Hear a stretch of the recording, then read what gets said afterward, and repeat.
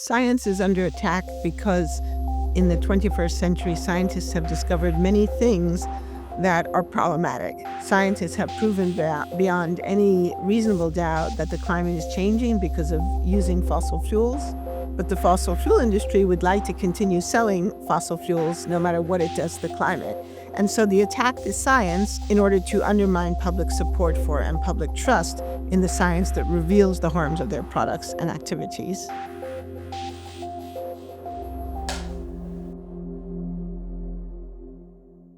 When we first started working on climate change denial, we posed the question, why would intelligent, educated people reject hard-won scientific evidence? Most people assumed the answer was money, that these people had sold out to the fossil fuel industry, but that's not actually where the evidence pointed. Where the evidence pointed was political ideology, and it was the ideology of market fundamentalism. And by that, we mean the idea that in any economic system, we do best by trusting the free market to solve problems, and we don't need the government to regulate the marketplace. And so the argument then is constructed in terms of a defense of freedom. And this is very, very powerful because many of us see the obvious economic self-interest in the tobacco industry in selling tobacco, or the obvious interest of the fossil fuel industry in selling fossil fuels. But when it gets framed in terms of freedom, well, that's a much harder thing to argue against because, of course, we all do believe in freedom. And so if we're told we're not defending the trillions of dollars of profits of the fossil fuel industry, we're defending freedom, that's an argument that's much more credible and much more resonant.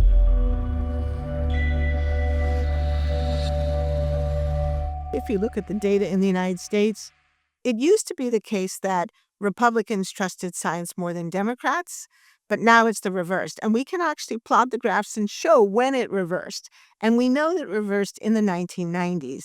And that's right around the same time that we see the rise of neoliberal politics and the increase in the argument, particularly from the right, but even in many cases from the center and the center left, that markets could be trusted to solve our problems. We didn't need government regulation. And this was tied in many circles to criticizing or casting doubt on the science that said, oh, well, actually, we do need regulation. We need to regulate fossil fuels. We need to regulate pesticides. Well, ExxonMobil doesn't like me. They call me a conspiracy queen. They call me other names too. I mean, clearly, when you tell the truth about something, clearly some people will be threatened by that. And I think we have to accept that that's the reality and not be afraid of it. So, of course, the people whose malfeasance is being exposed will not like that. But I have to say, to the extent that they get upset, I have to say, I feel like we're doing our job.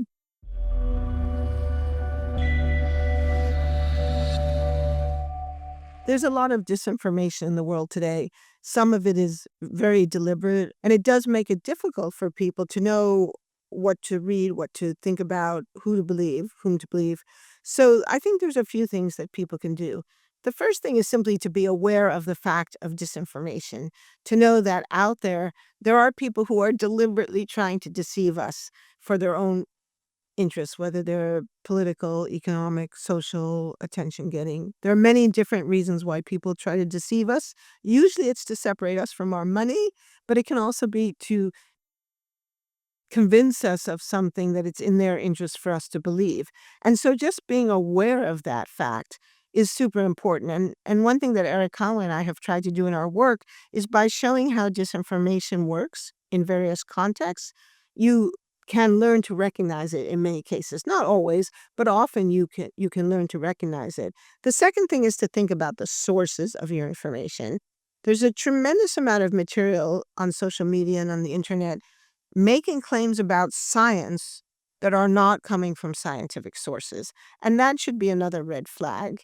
The analogy I like to use, a kind of common sense analogy, is if you have a toothache, you don't call your plumber or your electrician, you go to see your dentist because you know that your dentist is the person with the appropriate knowledge and training and expertise to diagnose your toothache and fix it.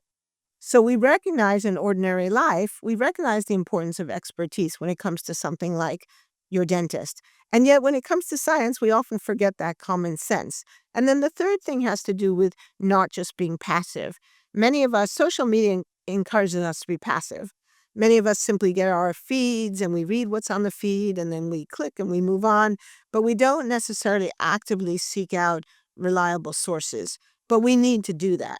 So if you have a question about, say, the causes of cancer, you can go on the internet and you can go to the American Cancer Society if you're in the United States, or a public health organization, or the World Health Organization. So these resources are available to us, but many of us don't know to look for them, and many of us don't take the time to look for them, even if we do. So if we want good information, we have to make a little bit of effort. We can't be lazy. We have to be a little bit more proactive than many of us typically are.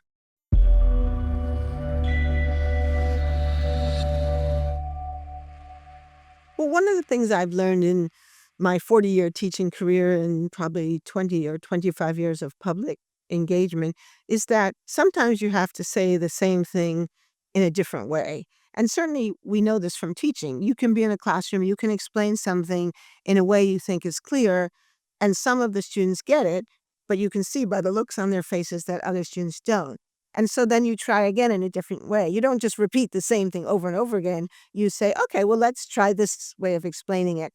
And I started thinking a few years ago, one of the mistakes that scientists make is they keep trying to explain things the same way over and over again. So I started thinking about whether or not there was another way to say the same thing.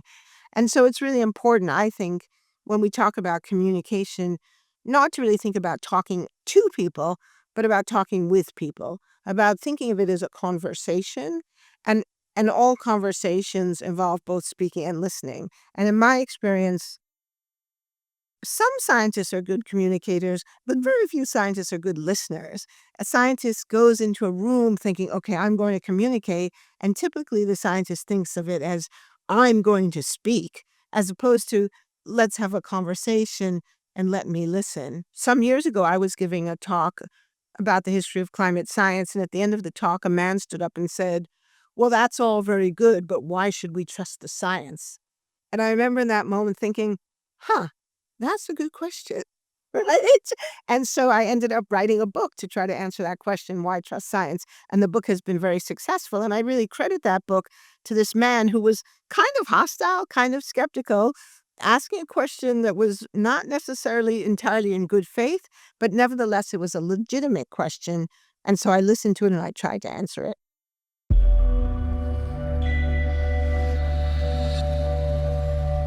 All human activities are imperfect. Scientists are human beings, and like any human being, they're subject to confirmation bias, they're subject to egotism, they make mistakes.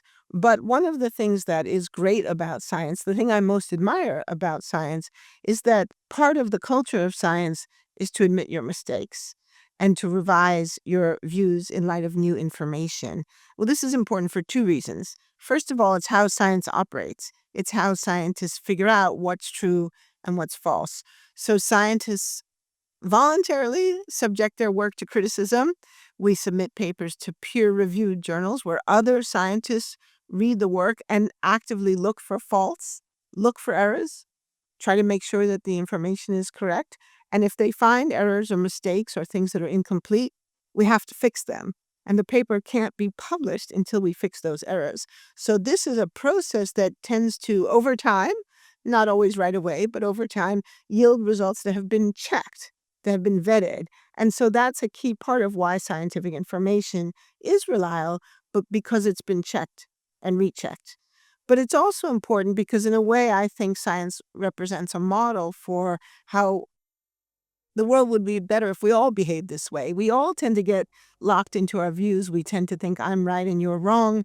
But if we think about the scientific process or scientific methods for re-examining our views in light of evidence, this is actually a really good lesson for all of us about being open-minded and being willing to accept that learning new things is a good thing, and admitting you were wrong should not be a sign of shame or a source of shame. It should be a sign that you're open and you're learning and you're taking evidence seriously. So my argument for trust in science is not blind trust. It's not to say that scientists are always right. Of course, they're not always right. But it's to say that scientists have a process for correcting error, which has proved over centuries to be highly reliable.